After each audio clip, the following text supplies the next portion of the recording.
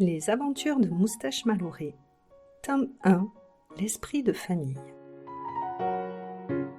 Une histoire originale, écrite et mise en voix par Mademoiselle M.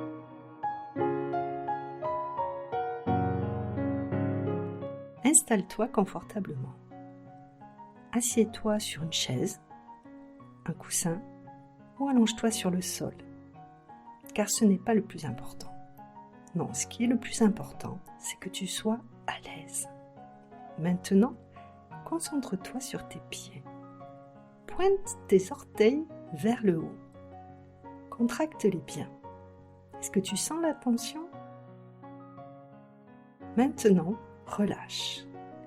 Laisse tes pieds se détendre. Inspire. Expire. Tes pieds sont doux et détendus. Si tu veux, tu peux recommencer. Pointe tes orteils vers le haut, contracte et relâche. Inspire et expire. J'espère que cet exercice t'aura permis de te détendre. Tu es maintenant prêt à écouter le nouvel épisode des aventures de Moustache Maloré.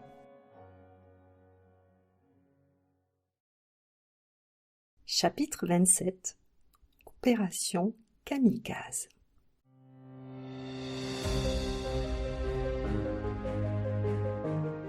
Je ne ressentais plus la moindre appréhension. « Tu as tort, Mike, rétorquai-je avec un grand sourire. Je lui dois quelque chose.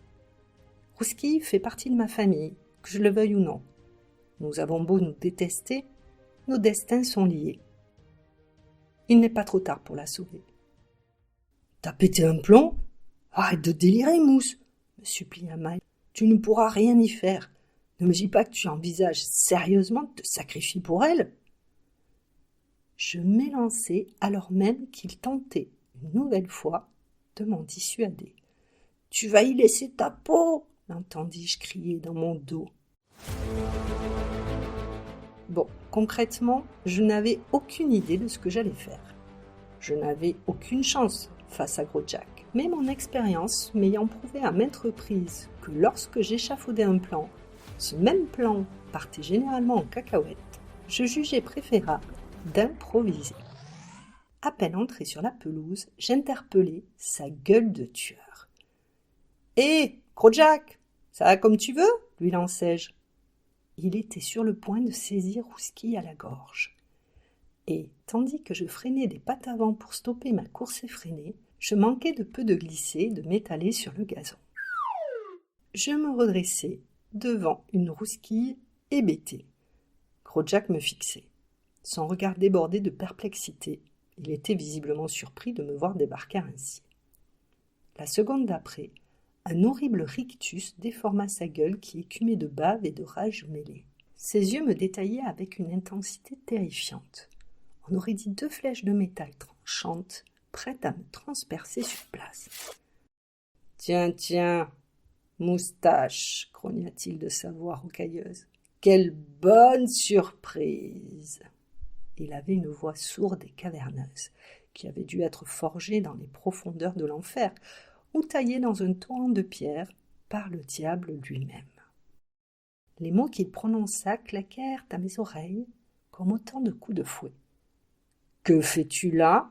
mugit-il méchamment.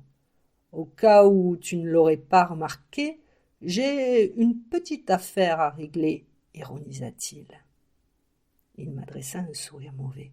« Je m'occuperai de toi juste après. » Avant de rectifier, à moins, bien sûr, que tu ne sois pressé.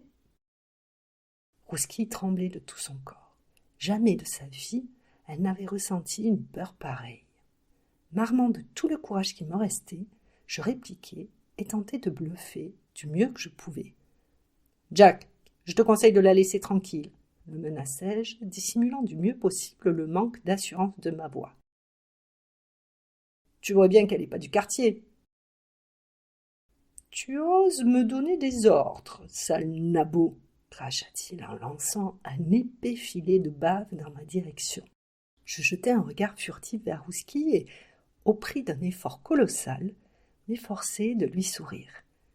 Bien sûr, mon cœur continuait de tambouriner frénétiquement dans ma poitrine. Mes pattes elles-mêmes étaient sur le point de flancher, mais je fis mon possible pour ne rien laisser paraître et fus récompensé l'instant d'après. En effet, croiser un regard familier suffit à faire sortir Whisky de sa paralysie.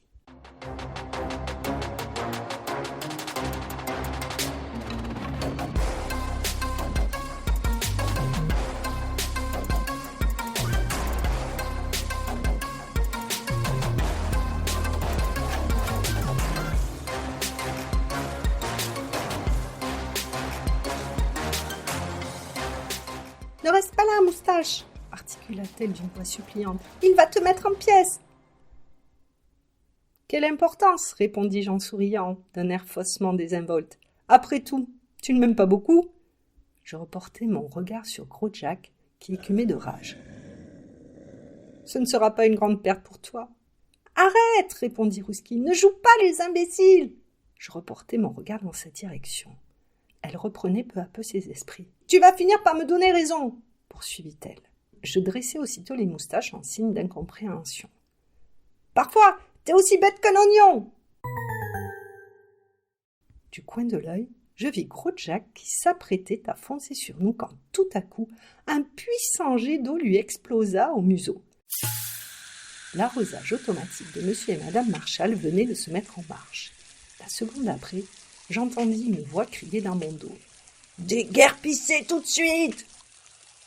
Mike était venu m'aider. Il avait fait diversion en actionnant le système d'irrigation. Sans plus attendre, nous détalâmes comme des fusées. Et, tandis que je m'enfuyais, l'idée que ce dernier ne m'avait pas abandonné m'emplit d'un sentiment de joie inégalé.